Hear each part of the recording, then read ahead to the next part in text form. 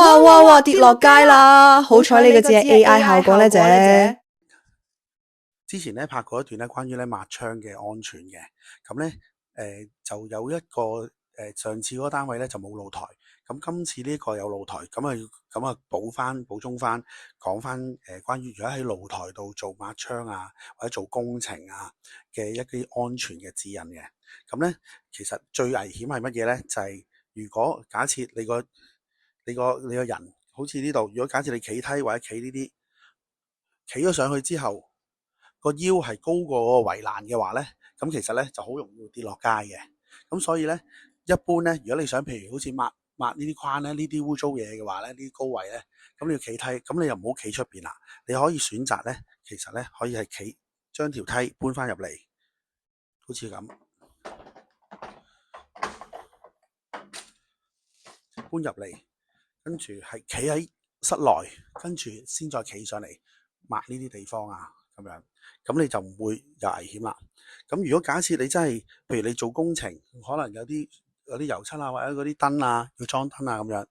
咁咧，咁你可以點樣做咧？咁咧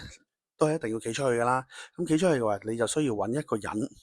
嚇，咁咧就可能喺個圍欄度護住你嚇，就企喺你身後嚇，就以防咧你唔小心咧就會跌咗落街咁樣嘅。咁所以咧就一係咧你就攬安全帶，但係攬安全帶有一個問題咧，就一般嘅安全帶咧，如果你太長條繩咧，其實都唔合規格嘅。咁同埋咧如果你攬安全繩，你要揾嘢扣實佢咧，有啲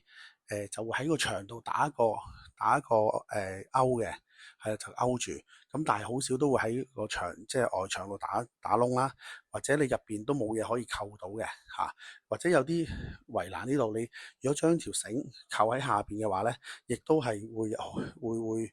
令到你跌出去嘅，都係有危險嘅。咁所以咧，一般咧就會可能揾個人護住你啦，咁跟住攬安全帶啦，咁跟住可能扣喺一啲位置咧做保險嘅咁樣。